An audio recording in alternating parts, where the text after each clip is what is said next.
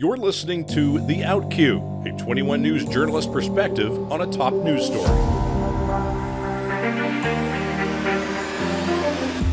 Hi, thank you for joining us on The Outcue. The Outcue is the last word of any reporter's broadcast notes.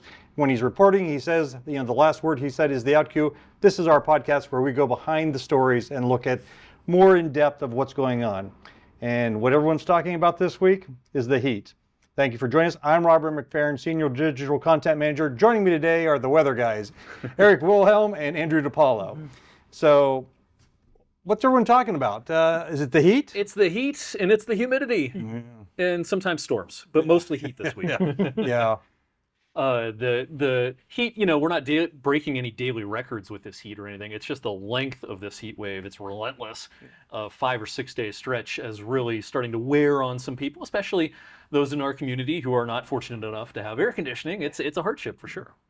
And what is the record? Like, what is the longest period we've ever gone with, with 90s plus? Because it's very unusual. For like last year, I think we had 2 days over 90. We had 2 days, the whole year over 90 degrees. We've already eclipsed that this year, and we'll probably get into the double digits, I would suspect, this year. We average about 8 90-degree days per year. I think we'll be above that number before the summer is through. And I think the summer overall will be distinctly hotter than last summer and some of our recent summers. Probably not as hot as some of the warmest summers on record, which were back in the 1930s and 1940s, but still one of the hottest ones we've had lately.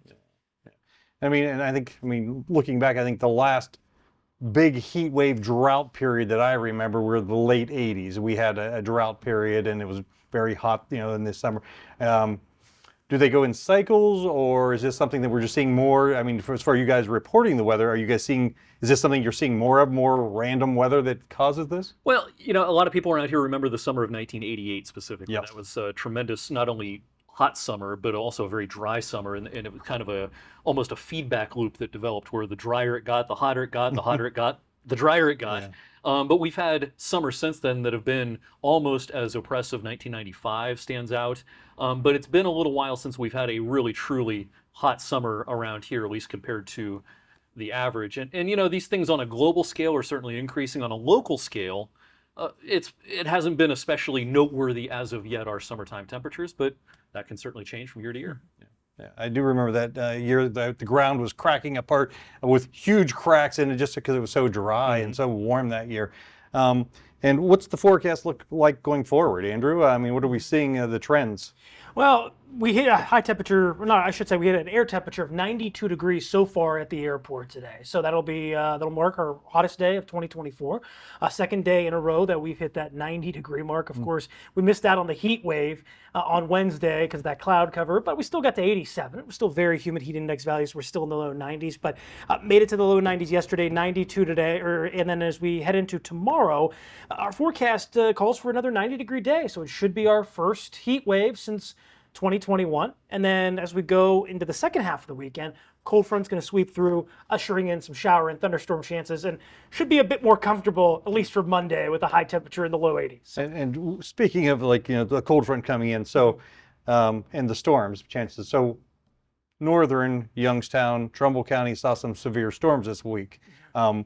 Almost reminiscent of like if you go to Florida in the summertime where these pop-up summer showers will hit and they're gone. Is it the same type of occurrence?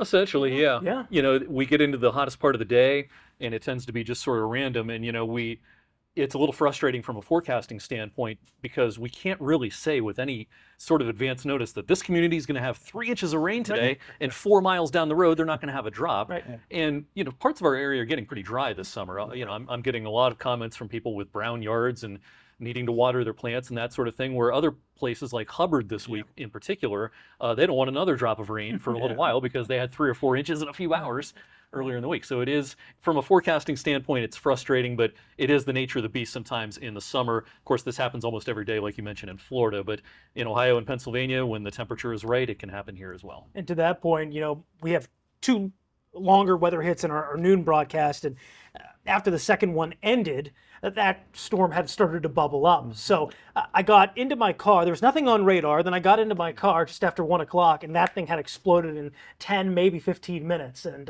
it was just real quick. But yeah, when it gets that hot, that humid, those storms can bubble up and So, spiral. so basically, the moisture is gathering and it's got to drop somewhere, and it's wherever it's gathering the most is going to come down.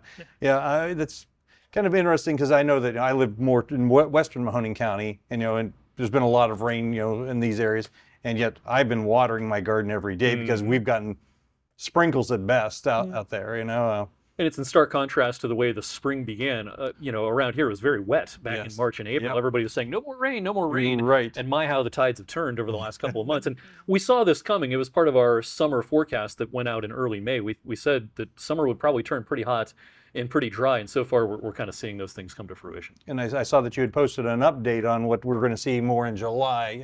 I think that was last night. So what does that look like? Yeah, July typically is the hottest month of the year, climatologically speaking, but even compared to just a standard July, this July could be pretty hot, not only locally, but almost coast to coast in the U.S. This could be one of the hottest Julys on record as far as the scale of the country. Locally, I expect a lot of 90-degree days, and there's a chance it ends up being a pretty dry month as well. So if your yard is brown right now, it may get quite a bit browner before the summer's through. And this seems to be a trend, every year we keep breaking, globally new record highs. I mean, is this something that we just continue to expect to see going forward? I think so. On a global scale, there's no reason for us to believe otherwise until fossil fuel emissions change in a big way, and until the tide can be reversed as far as the warming of the atmosphere. We're going to continue to break records, not just in the summer, but in all seasons. We've had the warmest winters on record globally in recent years.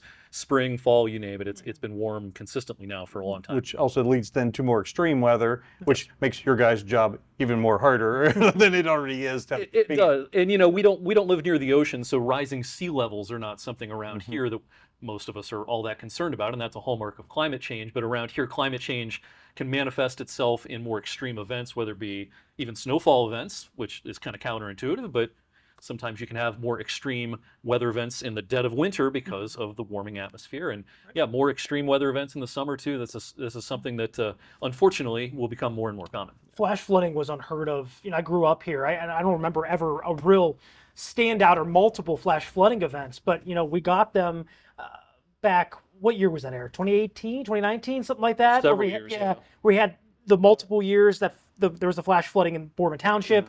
I believe Camel or Struthers had some flash flooding as well, and then Canfield had some flash flooding as well. To see that multiple years in a row was unheard of, up until a couple of years ago, to have the frequency.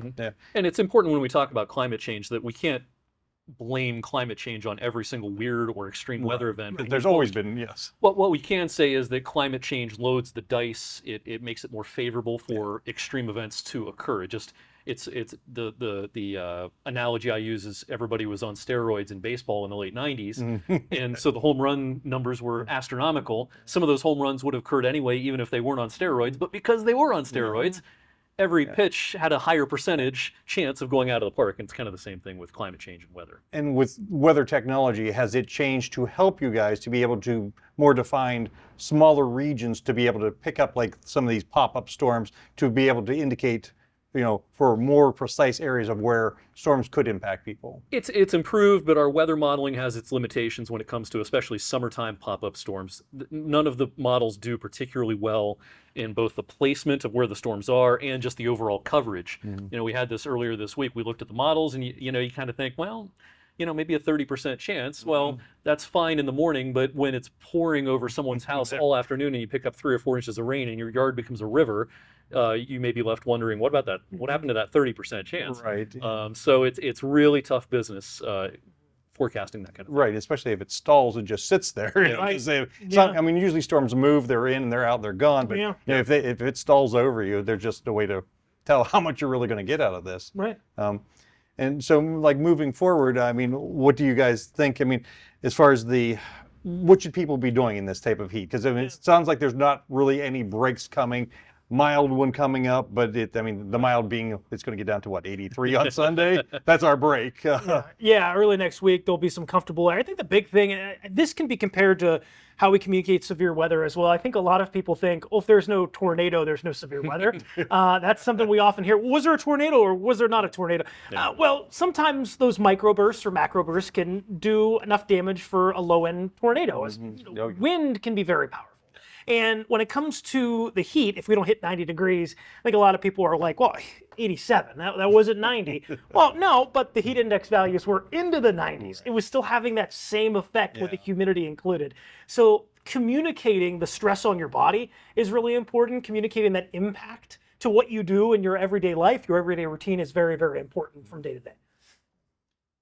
Obviously, people need to stay hydrated, try and stay cool as much as they can. Yeah, we know a lot of people work out in construction or have jobs where they can't, jump into the air conditioning or whatever. But, our job is to just realistically try and tell people, hey, make sure you're taking a break if you can.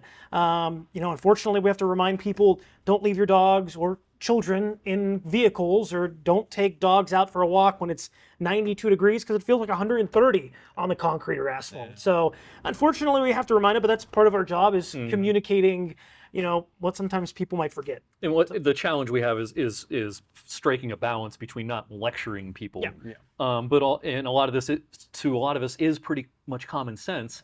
But to some people, they underestimate the power of heat. Heat is the #1 killer in the U.S. as far as weather-related fatalities, and it's not even by a close margin. Heat is easily the #1 killer when it comes to any sort of weather. Really, and that's interesting because usually you'll hear people concerned about the cold, but that's very interesting. Heat kills more people than hurricanes, than tornadoes, than all the kind of quote-unquote sexy kind of weather. Right, The kind of weather that gets a lot of headlines. Yeah. It's actually heat. And so we have to remind people that it is dangerous, but also not turn people off by lecturing too much about, hey, drink some more water and, that sort of thing. It's a common sense thing. It's like, take a break, take a rest. And moving forward then, so we look like we're going to have a long, hot summer. So what you're recommending is find someone who has a pool and friend them. Exactly. That's a good idea. All right. Well, anything else you guys would like to add? Well, we're hoping that after a hot summer, the fall would offer some relief, but I wouldn't claim to be a super long-range expert, but those who are in the field of meteorology, long-range gurus, I think the overall warm weather is going to stick around into the fall season, and we probably will not have a cold winter again next winter. So our streak of warm winters will probably continue with what's going on a global scale and more on a regional scale as well. There's just nothing pointing towards any sort of large-scale change. So just, get used to the warmth. And someone with a pool, sell the snowblower. There you go. All right. Well, thank you guys very much. Yeah. And this has been the Outcue, and thank you for joining us.